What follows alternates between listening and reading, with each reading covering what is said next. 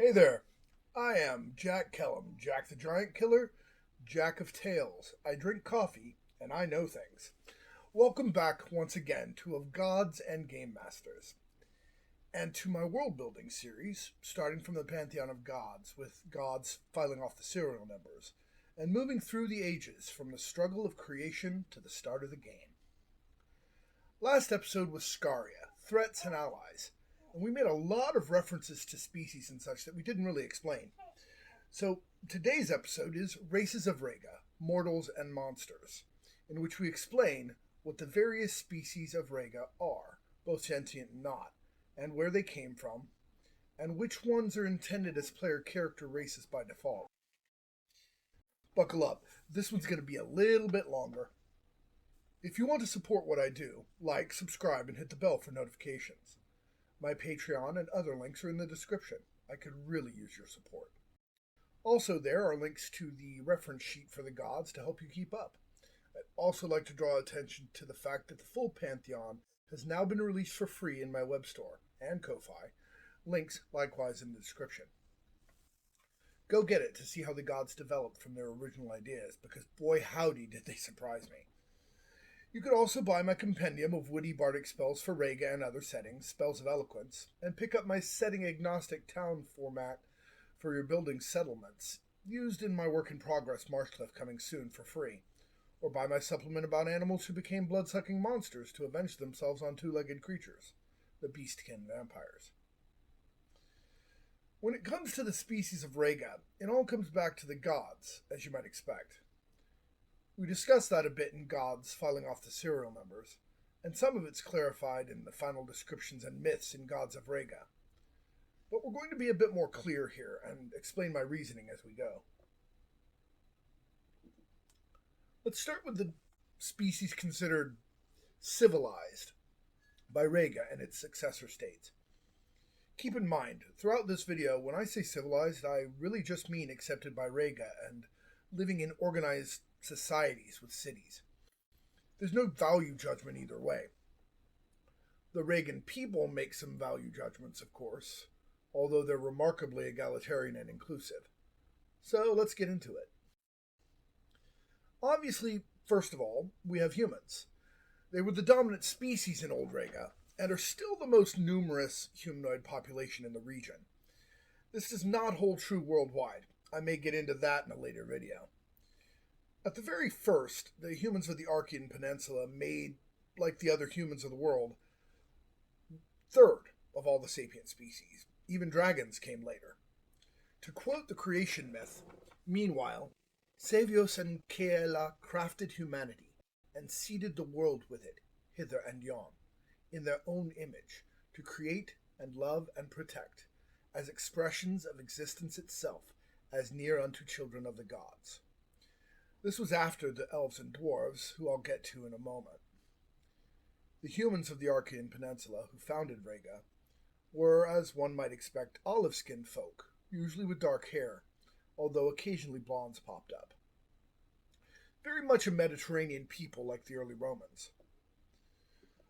But over time, as the kingdom, republic, and then the empire expanded, they came into contact with more and more ethnicities, and being faithful to their gods and open to differences, they treated them all as equals, as long as they accepted Regan rule and the worship of the good gods.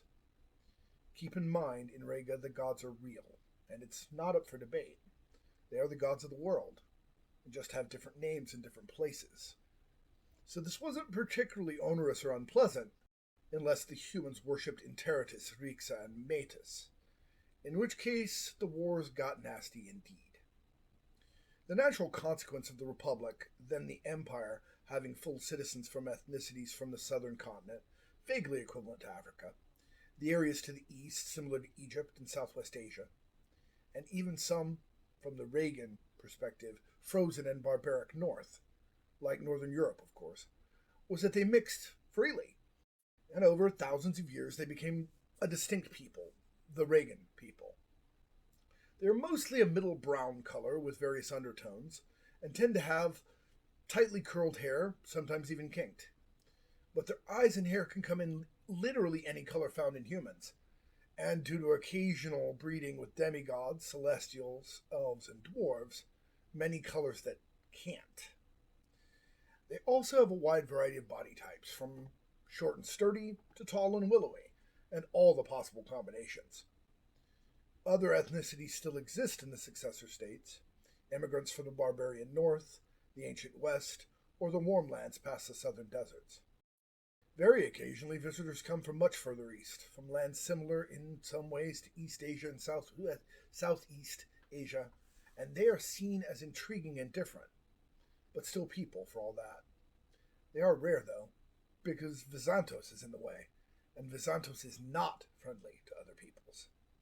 Their borders are strongly patrolled, so people trying to cross the wide expanse of the Autokratia have to be extremely careful and stealthy, or go the long way around. This also, incidentally, makes silk exceedingly rare west of Vizantos, but common enough within it, as they themselves will trade with their eastern neighbors. You don't have to be friends to do business. So, after the elephant in the room, humans, we're going to kind of go in order of when the races appeared. So next we talk about elves. The first sapient species, they were crafted with care by Tellus and Marea. And I quote the myth again. And on the world, on Tellus' very flesh and Marea's waters, Tellus and Marea crafted elven folk of every kind and kindred, to husband and preserve the life therein. Amongst them, the once noble elves of the swamp, the elves of the sea, the elves of the forest, the elves of the mountain valleys. There are even plains elves, as mentioned last video, noble horse nomads. Elves in the successor states are an ancient and dignified folk, but they also have much love of life in all its forms. They mistreat no living thing, not even the warped koboloi, nor the dragonborn, nor even the dragons or the twisted spawn of Invidia, and they fight only when they must, to defend themselves, the wilds of nature, or the lives of or freedom of innocence. As a whole, every species has aberrations. They will often look for solutions other than violence and killing, but they will feel little remorse when forced to it, because they know it was not their first choice. They consider themselves one people, despite their differences, and they all tend their native lands, or waters, the best way they can, except one group. Their story's tragic. The once kind and beneficent swamp elves lost their way, twisted by exposure to the blood of Invidia, which seems to gather in swamps and bogs more than other places, simply because, like all other liquids, it flows downhill. They tended their swamps, and that meant they had to try to deal with the blood and the monsters it made whenever they found it.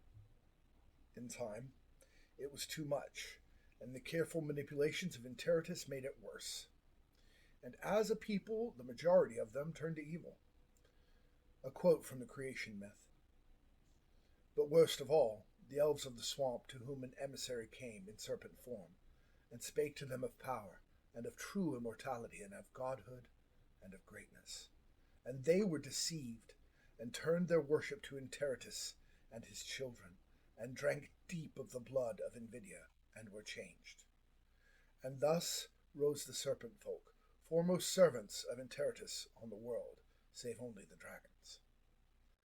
They're still not inherently evil, twisted as they've become, and every now and then a member of their people becomes truly heroic. But the arms of Interitus are long, and they have been greatly changed. Once they were elves like any other, colored green and brown like the waters and plants of their home. Now the blood of Invidia, used as a conduit by Interitus, has turned them into the scaled, venomous, fork-tongued serpent folk. For the most part, they've been driven from the wetlands of the successor states. They're found now mainly in Vizantos and the ruined wilds of the Archean Peninsula, the remains of once Great Rega itself, whose downfall they helped engineer. Elves are not welcome in Vizantos, and very few remain on the Archean Peninsula, but otherwise they and the druids they taught protect the lands of their people, the lands their people were given as they always have. Wood elves are much like wood elves everywhere, high elves likewise. The differences are mainly in coloration, with the wood elves being brown as the tree trunks or occasionally the silver of a birch, with oak green hair.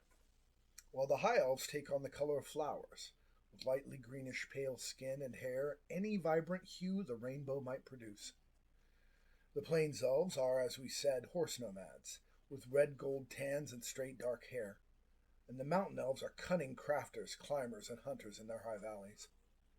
Exposed more closely to the sun's rays, the mountain elves are usually darkly tanned, but with sun-bleached hair and blue eyes adapted to the glare. Elves in general are patient and rarely overreact. They have time to wait and see. So, secondborn, we have the dwarves, crafted of stone and steel by Ignia to be her helpers, her apprentices. They're exceedingly skilled at all the crafts that utilize the bones of the earth and the fire of their mistress. Things that would be called elven chain in other worlds are of dwarf craft, light and strong beyond measure. Dwarves are by turns dour, serious, and focused on their work, then lively, jovial, and focused on their recreation. They work hard and they play hard, and they wear their hearts on their sleeves.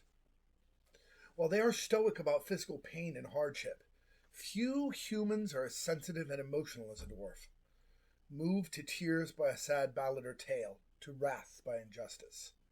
They are sometimes inflexible, and do things as they have always done, holding to tradition unless shown irrefutable truth that it's a bad course. They too come in different groups, although they were not divided by the gods, but rather by their own preferences. The dwarves of the mountains are most traditional, living in their mountain halls, often near to magma or other geothermal heat sources, that they use for a plethora of purposes. They delve deep, and they craft metal and stone goods, and they build stone buildings for others. They tend to be gray of skin like granite, with dark eyes and hair.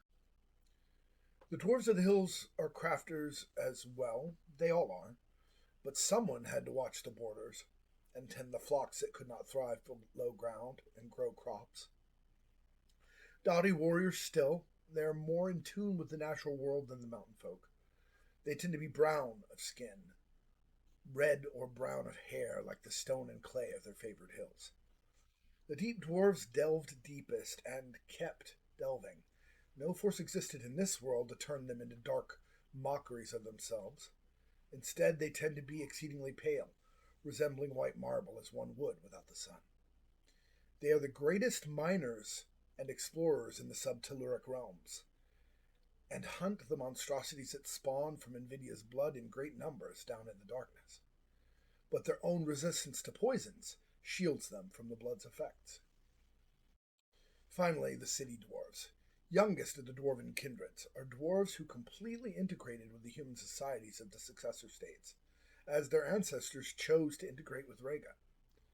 Still marvelous engineers and architects, they have combined Regan learning with dwarven craftsmanship to create many a wondrous thing. But they know little of the underground, nothing of true subtelluria, and many have bred with humans. Some are even starting to forget the dwarven tongue, and only some can still see in the darkness of the realms below. City dwarves tend to resemble Regan humans in skin coloration, with the same breadth of hair and eye color. Next in order of creation came the humans, above, but then the halflings. Another quote from the myth of creation.